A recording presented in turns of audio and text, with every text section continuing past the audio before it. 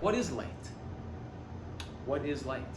The sun emanates something that's called light. Visually, we can see it. Internally, we can feel it. It's heat, right? We can connect to the rays of the sun. But can we connect to the sun? Are we connecting to the sun? Indirectly. We're connecting to the light of the sun, really. That's really what we're connecting to. So the same thing with God. If we connected to the sun, we would burn up into a crisp. Look at how much heat is emanating from that star that even just by looking at it, a person can go blind. Don't take this out of context and say that I said go worship the sun.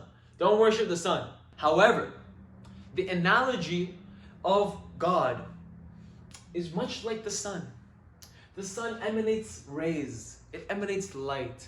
And we benefit from the rays of the sun. All of life is only possible because of that light. Meaning that the absence of light causes a deterioration of life. It causes you to go in the direction of death. Meaning when the Torah says choose life, he's saying connect to my light. Connect to my energy. Connect to my rays. That's called or. And specifically it's called or Ein Sof.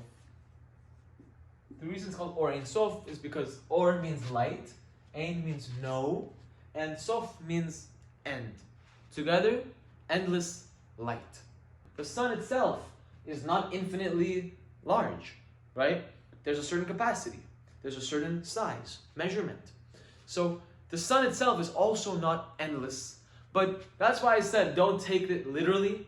It's more of a metaphor to explain the spiritual concept that God is emanating light. Light is also analogous for truth, wisdom. Everyone in the world, whenever they think of darkness, they think of the dark side. What do you think that the darkness is in reference to? Why is it called darkness? Why don't you just call it evil?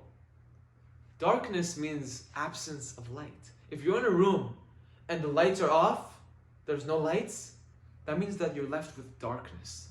The fulfillment of this vessel is the light that's inside it, or the water, if you want to say. If you have an 8-ounce cup and you go underneath a waterfall, it doesn't matter if there's an infinite amount of water coming down. There's so much water waiting for you. There's an abundance of water.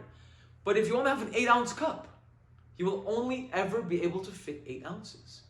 But what are your options here? You want to grow. The purpose of life is growth, like we said at the beginning. So what can you do? Well, you have a few options. The first option is very beautiful. The first one is you can get that cup full of 8 ounces of water and you can pour it into other cups. You can fill up other vessels. The second option is to get a bigger cup. Go and create a bigger vessel. Expand the vessel. Make it have a greater capacity to receive. So that way you can fulfill it with more than 8 ounces. You can maybe have 12 ounces, 16, maybe even 32, maybe even 220,000 ounces. It depends on the size of your vessel. So the vessel is an example to express a soul. The vessel is a soul. The vessel is also a body. The vessel is also the creation, the world. It's also the name of God. It's also the name of you. A vessel is anything that has a meaning. Anything that has a meaning. So, for example, if you have these, they each have a word to describe them and they each have a meaning. So these are 10 vessels. Or letters. Letters mean something. Aleph, Bet, Gimel. So these are also vessels. And so we have a certain capacity for that light. And we want to receive that light. So it needs to be given, or we need to draw it down from above by invoking a desire to receive that light. But if I fill up my cup with the wrong things, and let's say I fill it with a bunch of junk, I don't have any space to receive that light.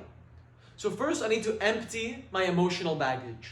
First I need to go to a therapist, get my emotional and mental life sorted out, and then I can really start to learn how to connect and how to receive You need to find out how to expand your vessel.